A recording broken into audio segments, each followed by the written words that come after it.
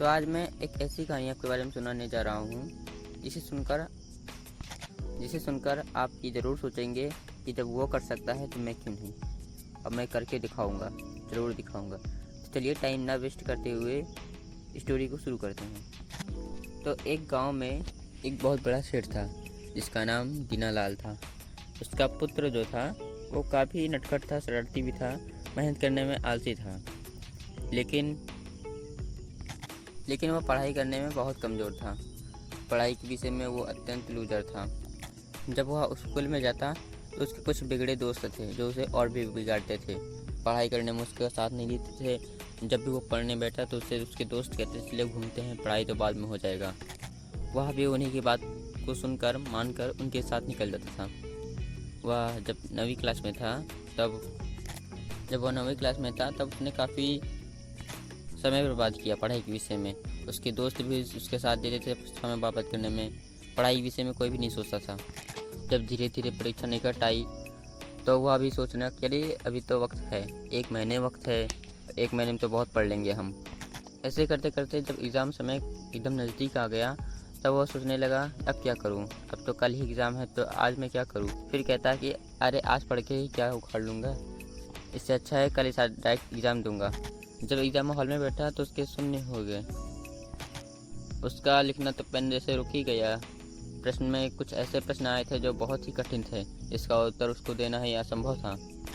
और वह जब परीक्षा ख़त्म होने के बाद जब परीक्षा फल आया तो उसके पिता ने जब उसका रिजल्ट देखा तो रिजल्ट में अच्छे मार्क्स नहीं थे। वह सभी विषयों में 30% ही आए थे उसके पूरे टोटल मार्क्स। यह देखकर उसके पिता ने उस पर बहुत क्रोधित हुए, उसको खूब डांट फटकार लगाई। 9वीं क्लास में वो फेल हो गया था, लेकिन उसके पिता के रोबो शोबो के कारण वह 9वीं क्लास पास हो गया। और जब 10th क्लास में आया तो उसने भी 9वीं क्लास की तरह 10th क्लास को हल्के में ले लिया। और वह पढ़ाई नहीं करता था, अपने दोस्तों के साथ घूमा करता था, घंटा गोल कर देता था, इधर उधर घूमने जाता था, क्लास गोल कर देता था, कभी स्कूल नहीं जाता था। और ऐसे करते करते जब बोर्ड एग्ज़ाम भी आ गए तब वह भी सोचा कि अरे जैसे मैंने 9th क्लास निकाल लिया, पिताजी ने मेरे पैसे देकर मुझे पास करवा दिया, वैसे 10th क्लास भी हो जाएगा। और 10th क्लास जब हुआ उसका परीक्षा फल आया तो उसमें भी वह फेल था। और इस बार उसके पिता के पैसे से वह पास नहीं हो सकता था और आखिर तो उसे फिर से 10th क्लास में पढ़ना पड़ा।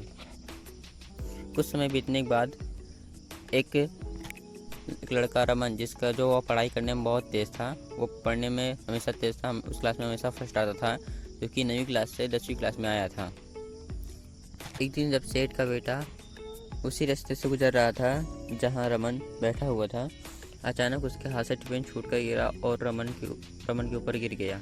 रमन इस विषय को लेकर बहुत क्रोधित हो गया और सेठ के बेटे सोहन से खूब झगड़ा करने लगा। उसके साथ हाथापाई भी किया, मारपीट दोनों में हुई।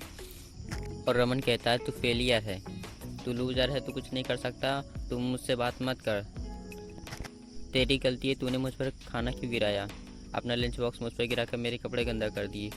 अरे तू तो है ही ऐसा बेशरम लड़का जो 10th क्लास फेल होने के बाद भी फिर से इसी में पढ़ रहा है। यह बात सेठ के बेटे को बहुत चुभ गई। अब वह भी चाहता था पढ़ाई करना। अब वह पढ़ाई करना चाहता था, लेकिन उससे कोई सही मार्ग दिखाने वाला नहीं था। उसके पीछे जो कि खुद बिगड़े हुए थे, उसके दोस्त भी बिगड़े हुए थे और उसका पढ़ाई में उतना मन नहीं लगता था, तो वह कैसे पढ़ सके, किसके साथ पढ़ सके। यही सोचते सोचते जब वह घर आया और अपने कमरे में बैठा हुआ था और बैठे बैठे सोच ही रहा था कि तभी उसने दीवार पर एक पन्नी की रखी हुई थी जिसमें कुछ खाने की वस्तु रखी हुई थी। एक चूहा जो काफ़ी छोटा था और काफ़ी ऊंची वो सामान रखा हुआ था खाने का, तो उस चूहा को देख रहा था। वह चूहा आया धीरे धीरे और उस जो दीवार थी काफ़ी चिकन थी, उस पर चूहा चढ़ नहीं सकता था। तो वह देख रहा था कि चूहा धीरे धीरे उस पर चढ़ने का प्रयास कर रहा था, लेकिन फिर से गिर रहा था। फिर चूहा ने कई बार प्रयास किया, कई बार किया, फिर कई बार प्रयास किया, फिर कई बार गया। ऐसे करते करते उसने कई चक्कर प्रयास किए और जब धीरे धीरे अंत में वह उस पन्नी के पास पहुंच गया। पहुंचकर उसने वह खाने की वस्तु जो था उसको खाया और उसे पेट अपना शांत किया। तत्पश्चात वह वहाँ से चला गया। यह देखकर सेठ का बेटा अत्यंत खुश हो गया और मन ही मन सोचने लगा कि इतना छोटा सा चूहा इतनी ऊंचाई पर पहुंच सकता है और अपने लक्ष्य को प्राप्त कर सकता है, तो मैं क्यों नहीं कर सकता। उसी दिन से उसने पढ़ाई करना शुरू कर दिया। पहले दिन तो उसने केवल 1-2 पन्ने ही पढ़े, वो बोर हो गया। दूसरे दिन फिर उसने एक दो पन्ने से ज़्यादा पढ़े, 3 पन्ने पढ़े, 4 पन्ने पढ़े, आधे घंटे पढ़े लगभग। उसके बाद फिर उसने किताब बंद कर दी। तीसरे दिन फिर वह उसने 1 घंटा पढ़ा। उसके बाद ऐसे करते करते उसका डेली का आदत हो गया और पढ़ने के विषय में वह सबसे तेज़ होने लगा धीरे धीरे। और जब बोर्ड एग्ज़ाम आया इस बार, तो उसने कोई भी प्रश्न छोड़ा नहीं, उसका सही रूप से सभी का उत्तर दिया।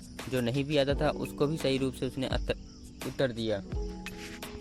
और जब बोर्ड एग्ज़ाम सामने आया, उसका रिजल्ट सामने आया, तो सब चौंक हो गए कि जो लड़का हमेशा फेल हो जाता था, बस केवल पैसों के जैसे पास हो जाता था, आज वह क्लास में टॉप किया है। यह सोचकर उसके पिता भी काफ़ी हैरान थे कि मेरा बेटा जो कभी नहीं पढ़ पाता था, वह इंग्लिश का ई नहीं पढ़ पाता था, हिंदी का ह नहीं पढ़ पाता था, लेकिन वह आज जो है अपने स्कूल में टॉप किया है। और जब उसको सेठ के बेटे को जब स्टेज पर बुलाया गया सम्मानित करने के लिए, और उसके पिता को जब बुलाया गया, तो उस सेठ के बेटे ने अपना श्रेय को उस चूहों को देना समझा कि उसी ने उसका सही मार्गदर्शक किया था। उसने सभी को बताया कि मैंने यह प्रेरणा मुझे एक चूहे से प्राप्त हुई है। मैं जब कुछ नहीं कर पा रहा था, मैं जब सोच ही रहा था कि मैं क्या करूं, तब मुझको एक प्रेरणा मिली, एक चूहा जो था जिसने ये असंभव कार्य को संभव करके दिखाया। और तभी मैंने ठान लिया, जब ये चूहा असंभव कार्य को संभव कर सकता है, तो मैं क्यों नहीं। तो दोस्तों, अच्छी खासी हिंदी पढ़नी आती है, इंग्लिश पढ़नी आती है, तो हम लोग क्यों नहीं कर सकते। वो जब हिंदी का ह नहीं पढ़ सकता था, तो आप क्यों नहीं कर सकते। आप सोचिए कि क्यों नहीं कर सकते आप। बस इसी के साथ मैं आप अलविदा लेना चाहता हूँ। और दोस्तों, चैनल को सब्सक्राइब कर दें प्लीज़। धन्यवाद।